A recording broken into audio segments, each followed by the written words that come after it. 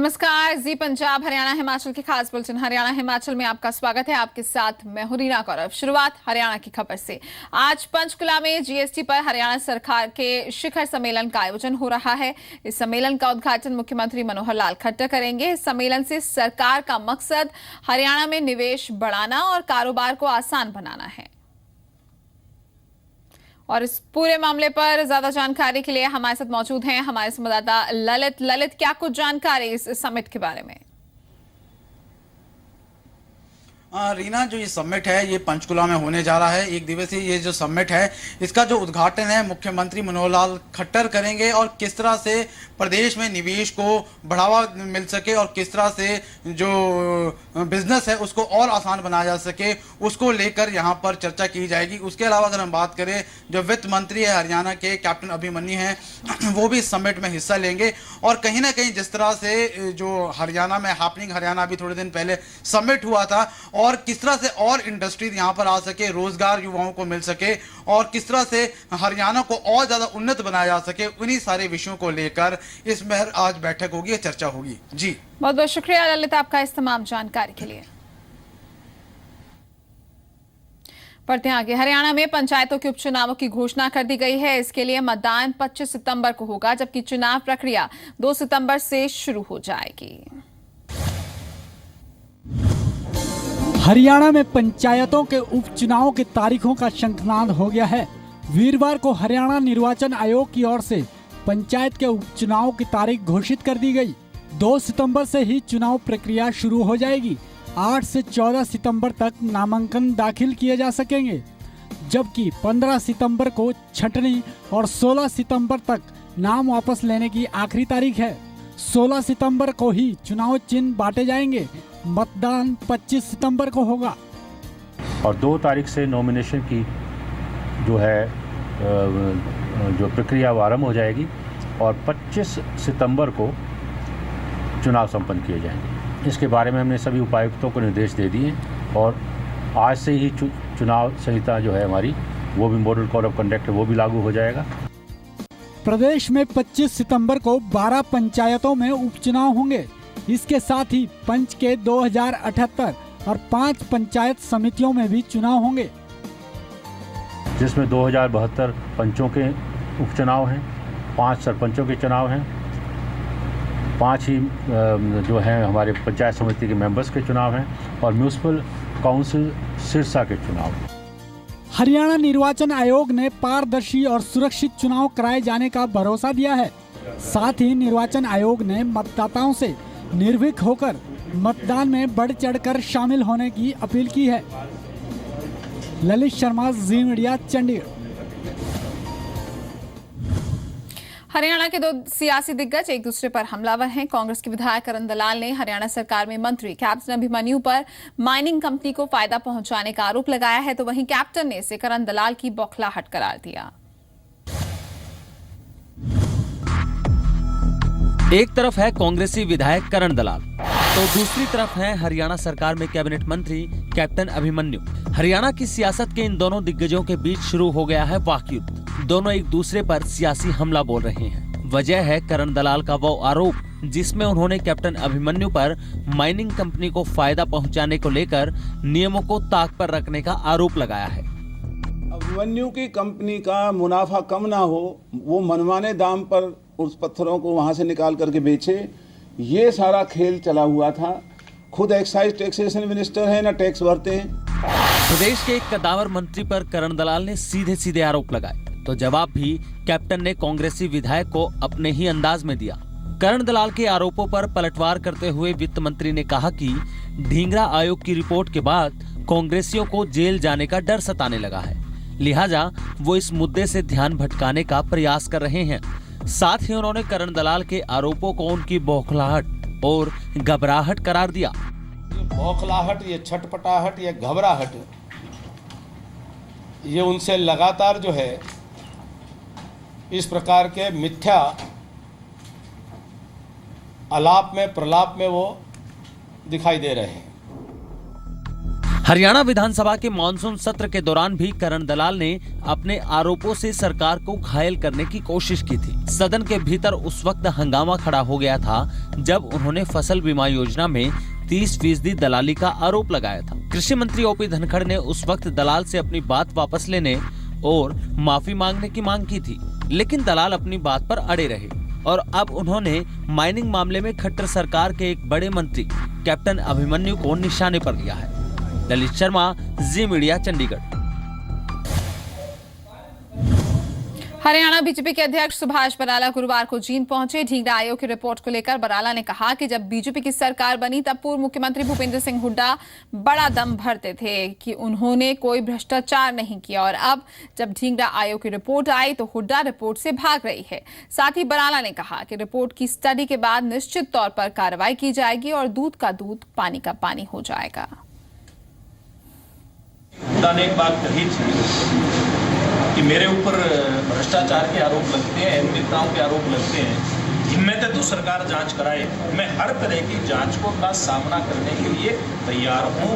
जब हुड्डा साहब आपने खुद इस प्रकार की बात विधानसभा के अंदर कही थी, बड़ी जिम्मेवारी के साथ कही थी, और आप इस रिपोर्ट से क्यों भाग रहे हैं? 11 सितंबर को बीजेपी के राष्ट्रीय अध्यक्ष अमित शाह हरियाणा आ रहे हैं। जींद में बीजेपी की रैली है जिसमें अमित शाह शिरकत करेंगे। ये रैली केंद्र सरकार के 2 साल और हरियाणा की 50वीं वर्षगांठ के मौके पर आयोजित करवाई जा रही है। हरियाणा के मुख्यमंत्री मनोहर लाल राज्य के गठन की स्वर्ण जयंती वर्षगांठ के मौके पर 50 से अधिक कल्याणकारी योजनाओं की शुरुआत करेंगे। 1 नवंबर को हरियाणा में स्वर्ण जयंती कार्यक्रम का आयोजन होना है।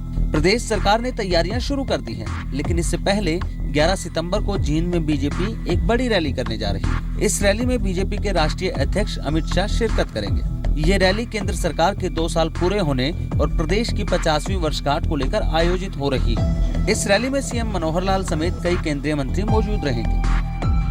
और ये जो हमारी रैली 2014 में हुई थी, उससे बड़ी रैली होगी। मेरा अपना आंकलन ये है, मैं वैसे ज़्यादा बड़ा चढ़ा के नहीं कहता, लेकिन मैं ये कह सकता हूँ कि अगर हम अपने ज़िले से जो हमारा अंदाज़ा है कि 1 लाख से अधिक आदमी जुटाने में सक्षम हो गए, तो फिर ये रैली 2 लाख पर जाके रुकेगी। और दूसरी बात ये है कि इसमें अमित शाह जो भारतीय जनता पार्टी के राष्ट्रीय अध्यक्ष हैं, वो इसमें मुख्य अतिथि और मुख्य वक्ता होंगे। चौधरी बीरेंद्र सिंह के मुताबिक रैली में जींद के लिए मेडिकल कॉलेज की आधारशिला रखी जाएगी, केंद्रीय विद्यालय की घोषणा होगी और जींद के लिए बाईपास जैसी बड़ी परियोजना का भी ऐलान होगा। नेशनल हाईवे जो रोहतक से लेके जींद होता हुआ, नरवाड़ा होता हुआ पंजाब बॉर्डर पे जाएगा, उसकी 4 लेनिंग, और उसके साथ साथ एक प्रोजेक्ट जो है वो भी नेशनल हाईवे का है, जो जींद से वाया सफीदों पानीपत 4 लेनिंग। ये और हमारा जिला ही ऐसा बचा हुआ था शायद हरियाणा में जहाँ अभी तक केंद्रीय विद्यालय नहीं था। केंद्रीय विद्यालय की स्वीकृति भी 8 साल के बाद हमारे को मिली है और वो बुडायन गांव में उसकी स्थापना होगी। हरियाणा के मुख्यमंत्री मनोहर लाल स्वर्ण जयंती समारोह को यादगार बनाने के लिए कोई कोर कसर नहीं छोड़ना चाहते। सीएम ने इस समारोह के लिए प्रधानमंत्री नरेंद्र मोदी को भी न्योता दिया है और पीएम ने सीएम के न्योते को स्वीकार कर लिया है। यानी 1 नवंबर को हरियाणा में होने वाले कार्यक्रमों को लेकर राज्य सरकार ने पूरी ताकत झोंक दी है। राजकुमार गोयल, जी मीडिया, जींद।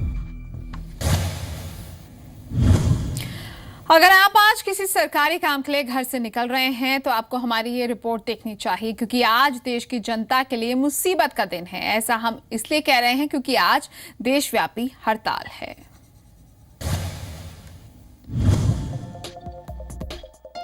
आज आपके लिए मुश्किलों भरा दिन है।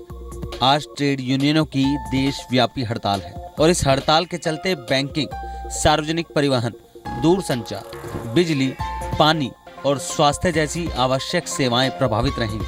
आपको बता दें कि 10 केंद्रीय ट्रेड यूनियनों ने अपनी मांगों पर सरकार के रवैये और श्रम कानूनों में श्रमिक विरोधी बदलाव के विरोध के चलते हड़ताल का ऐलान किया था। देश भर के संगठनों की तरह हिसार में भी कर्मचारी संगठनों ने हड़ताल को सफल बनाने के लिए कमर कस रखी है।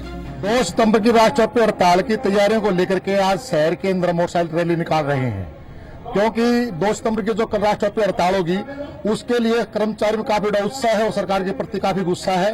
और पूरे हिसार जिला के अंदर Haryana government PWD mechanical worker union के तमाम हमारे सदस्यगण हैं और तमाम कर्मचारी पूरी बढ़ चढ़ के हड़ताल में भाग लेंगे। वैसे तो ट्रेड यूनियनों का दावा है कि इस साल की हड़ताल अधिक व्यापक होगी, क्योंकि आज हड़ताल में शामिल लोगों की संख्या 18 करोड़ है। पिछले साल हड़ताल में 14 करोड़ श्रमिक शामिल हुए थे। केंद्रीय ट्रेड यूनियनों ने अपने 12 सूत्रीय मांगों पर सरकार के उदासीन रवैये के खिलाफ हड़ताल का ऐलान किया था। ट्रेड यूनियनों की प्रमुख मांगों में न्यूनतम मासिक वेतन 18,000 रुपए करने, महंगाई पर काबू पाने, 3,000 रुपए की निश्चित न्यूनतम मासिक पेंशन की भी मांग शामिल है। जहां एक तरफ हड़ताल को सफल बनाने के लिए ट्रेड यूनियनों ने कमर कस रखी है, तो वहीं प्रशासन भी पूरी तरह से तैयार है। हिसार में कोई अप्रिय घटना ना हो, इसके लिए हिसार प्रशासन ने पुख्ता तैयारियां की हैं। इसमें देखिए, जो अन्य लॉजिस्टिक्स व्यवस्था है वो हमने कर ली है। हमने जो इम्पोर्टेंट पॉइंट्स हैं वो आइडेंटिफाई कर लिए हैं। ड्यूटी मजिस्ट्रेट्स की नियुक्तियां कर ली हैं। संबंधित विभाग के सुपरवाइजरी लेवल के अधिकारियों को भी हमने इन्वॉल्व कर लिया है और किसी भी प्रकार की जो मूलभूत सुविधाएं हैं वो लोगों तक बिना अवरोध के पहुंचे, ये हमारा प्रयास रहेगा। वैसे आपको बता दें कि राष्ट्रीय स्वयंसेवक संघ से जुड़ा भारतीय मजदूर संघ इकलौता बड़ा संगठन है जो आज हो रही हड़ताल से दूरी बनाए हुए है। महेंद्र सिंह, जी मीडिया, हिसार। रुख हिमाचल प्रदेश का करते हैं। किन्नौर को वीरभद्र सिंह कई बड़ी सौगातें उन्होंने दी हैं। सीएम ने यहां टापरी के लिए उप तहसील और उर्नी में पॉलिटेक्निक का ऐलान किया। मुख्यमंत्री ने किन्नौर में करीब 27 करोड़ की विकास परियोजनाओं का लोकार्पण और शिलान्यास किया। हिमाचल प्रदेश के मुख्यमंत्री वीरभद्र सिंह ने किन्नौर को सौगातों से भर दिया। अपने 3 दिन के किन्नौर दौरे के पहले दिन मुख्यमंत्री ने विकास की कई परियोजनाओं का लोकार्पण और शिलान्यास किया। इस दौरान मुख्यमंत्री ने कई बड़ी घोषणाएं भी की। सीएम ने टापरी के लिए उप तहसील उर्नी में पॉलिटेक्निक खोलने का ऐलान किया। सीनियर सेकेंडरी स्कूल उर्नी में अगले सत्र से साइंस की कक्षाएं शुरू होंगी। सीएम ने टापरी में पुलिस चौकी का दर्जा बढ़ाकर पुलिस थाना बनाने की घोषणा की।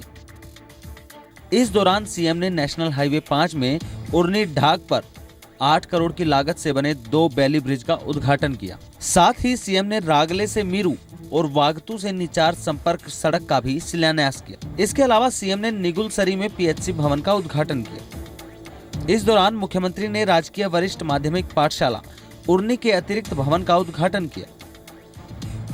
74,22,000 की लागत से बनने वाली टापरी पेयजल योजना का भी सीएम ने शिलान्यास किया। साथ ही मुख्यमंत्री ने 1 करोड़ 29 लाख से निर्मित सांगला बस स्टैंड का भी उद्घाटन किया। इसके अलावा 20 लाख की लागत से बनने वाली साचला टैक्सी स्टैंड का भी सीएम ने शिलान्यास किया। मुझे जब भी आता हूँ, यहाँ जो नए विकास काम हो रहे हैं, तरक्की हो रही है और इलाका जो है न केवल आर्थिक रूप से मजबूत बन रहा है बल्कि सामाजिक रूप से भी आगे बढ़ रहा है। इसको देखकर मुझे बहुत खुशी हुई है। कुल मिलाकर मुख्यमंत्री ने किन्नौर में 27 करोड़ की विकास परियोजनाओं का लोकार्पण और शिलान्यास किया। इस दौरान मुख्यमंत्री ने हिमाचल प्रदेश की संस्कृति, परंपराओं और रीति रिवाजों के संरक्षण पर जोर दिया और इन्हें सहेज कर रखने की बात कही। मोहित प्रेम शर्मा, जी मीडिया, शिमला। बात डेंगू की। डेंगू को लेकर कुरुक्षेत्र का जिला प्रशासन खासा मुस्तैद देखने को मिल रहा है, जिसके चलते जिले में एक भी डेंगू का मामला सामने नहीं आया है। वहीं स्थानीय विधायक इसे लेकर जिला स्वास्थ्य विभाग और सरकार की तारीफों के पुल बांध रहे हैं। साथ ही उन्होंने कुरुक्षेत्र को सबसे साफ जिला करार दिया।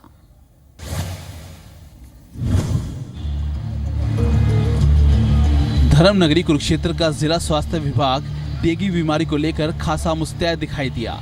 आंकड़ों का कहना है कि इस बार जिले में अब तक एक भी डेंगू का मामला सामने नहीं आया है। विधायक सुभाष सुधा का कहना है कि सरकार डेंगू को लेकर खासी गंभीर है और कुरुक्षेत्र एक बेहद साफ जिला है।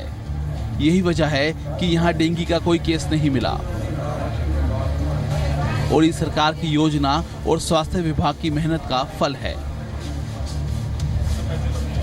हाँ, इसके लिए हमने बड़ा अवेयरनेस चलाया हुआ है। अभी मैंने देखा, अभी मैं मीटिंग करके डिप्टी कमिश्नर के साथ से निकला हूँ। हम चाहते हैं स्वच्छता के लिए हम पूरा इस पर जोर दे रहे हैं, इंफ्रास्ट्रक्चर तैयार कर रहे हैं, सॉलिड वेस्ट मैनेजमेंट प्लांट, जो भी हमने ट्रैक्टर ट्रॉली, जो भी हमने मिनी डंपर, सब कुछ व्यवस्था कर रहे हैं। कहीं भी पानी खड़ा है उसके लिए निकासी के लिए, तो इसके लिए पूरी व्यवस्था अभी मीटिंग करके आया हूँ। स्वच्छता पे हमारा कुरुक्षेत्र खास तौर पर ध्यान दे रहा है। उधर सिविल सर्जन का कहना है कि विभाग सामाजिक संस्थाओं के साथ मिलकर लोगों को जागरूक कर रहा है और जिन जगहों पर डेंगू होने के अंश पाए गए उन्हें नोटिस देकर वहां से लार्वा भी खत्म करवाया गया। साथ ही कहा कि जिले में इसके लिए जागरूकता भी फैलाई जा रही है। और मलेरिया और डेंगू के अंदर विस्तृत रूप से हमने चर्चा करी और लोगों को समझाया। इसमें हम काफ़ी हद तक कामयाब भी रहे और अभी तक जुलाई माह तक कोई भी डेंगू का केस, यानी टिल डेट तक 23 आज 8 हो गई है, अभी तक कोई डेंगू का केस कुरुक्षेत्र में रिपोर्टेड नहीं हुआ है। वही डॉक्टर सत्येंद्र सैली ने कहा कि डेंगू होने से खून में प्लेटलेट्स कम होने शुरू हो जाते हैं, जिसका इलाज बेहद ज़रूरी है। इसके अंदर रोगी को शरीर के अंदर सारे शरीर के अंदर बड़ा जोर का दर्द होता है, मांसपेशियों में दर्द होता है, इसको इसलिए ब्रेक बोन फीवर भी कहते हैं। डेंगू के रोगी के वायरस जो है उसके रक्त में मौजूद प्लेटलेट पे आक्रमण करता है, जिसके चलते प्लेटलेट की संख्या कम हो जाती है। जिले में डेंगू का एक भी मामला सामने न आना सफाई के क्षेत्र में एक बड़ी कामयाबी की तरफ इशारा करता है, लेकिन इस कामयाबी को बरकरार रखना बेहद अहम है, जिससे भविष्य में भी कोई इस जानलेवा बीमारी का शिकार ना हो सके। राकेश रोहेला, जी मीडिया, कुरुक्षेत्र। और चलिए इसी के साथ हरियाणा हिमाचल में फिलहाल इतना ही। दीजिए इजाजत, नमस्कार।